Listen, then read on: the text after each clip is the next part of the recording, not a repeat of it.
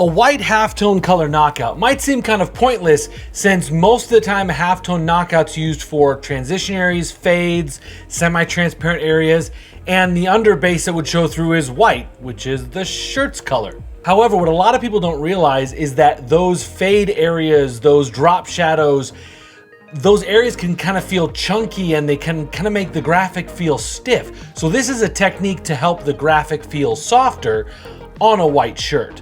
And it's not quite as straightforward as dealing with darker colors like we've done in other videos.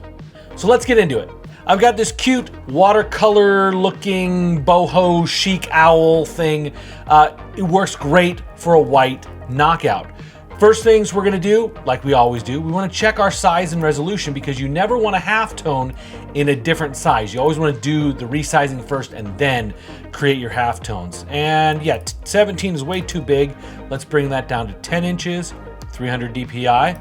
Perfect. Now we're gonna do some of the normal steps. We're gonna right click on the layer, duplicate layer to a new document. Now in this new document, we want to go to Image, Mode, Grayscale. Now before we move on, we're going to invert this image because when we create the layer mask, we want the black to be the knocked out color. So we actually invert this. So we're just going to hit Command or Control I to invert the image.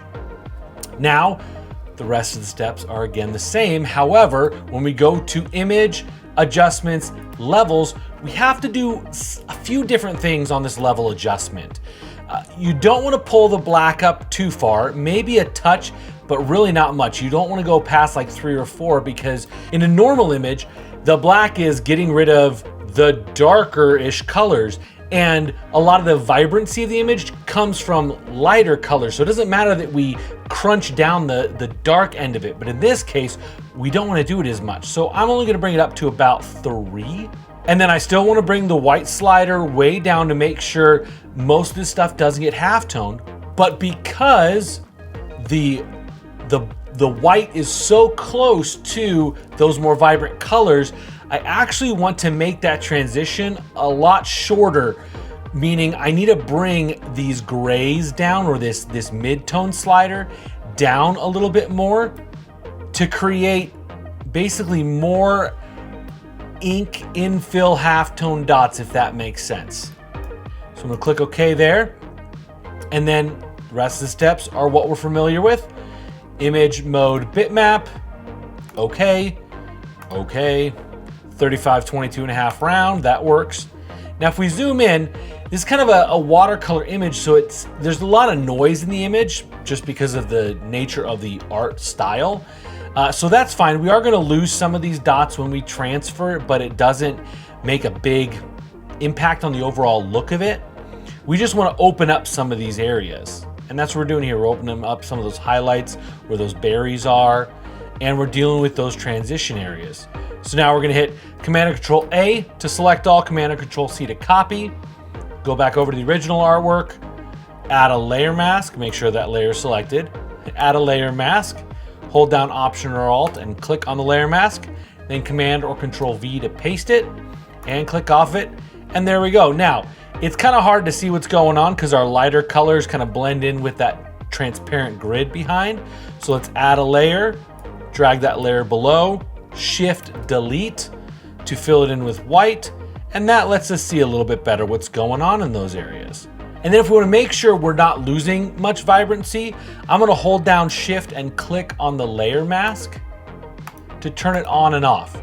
And you can see I can barely tell a difference turning it on and off. This is going to print out and feel a lot softer on the shirt and help with those transition areas looking smoother, better than just a standard knockout. I'm gonna make sure that background layer is turned off, and we're gonna save it as a PDF or a PNG, and we're gonna send it over to our RIP software. Then we're gonna print it, we're gonna powder and cure it, and then we're gonna press it on the shirt. Now we've got this beautiful image on a white t-shirt. The knockout's making it way softer and helping it look and feel more professional and refined. I know you guys are loving these videos on the halftone technique. I know because they're the most viewed videos on my channel. And there's a ton more to talk about because I've shown you the techniques for doing black, any color, and white shirts, but I haven't done any deep dives into some of the nuanced settings and some of the kind of creative decisions you could make through the process, like tweaking with the frequency or the angle or the shape of the halftone. So if you haven't already, subscribe to the channel, and there's a playlist right over here that every video that covers halftones will be in there. So if you're watching this video and it's been out for a while, there's probably more videos in there. Thank you so much for watching, and I'll see you next time.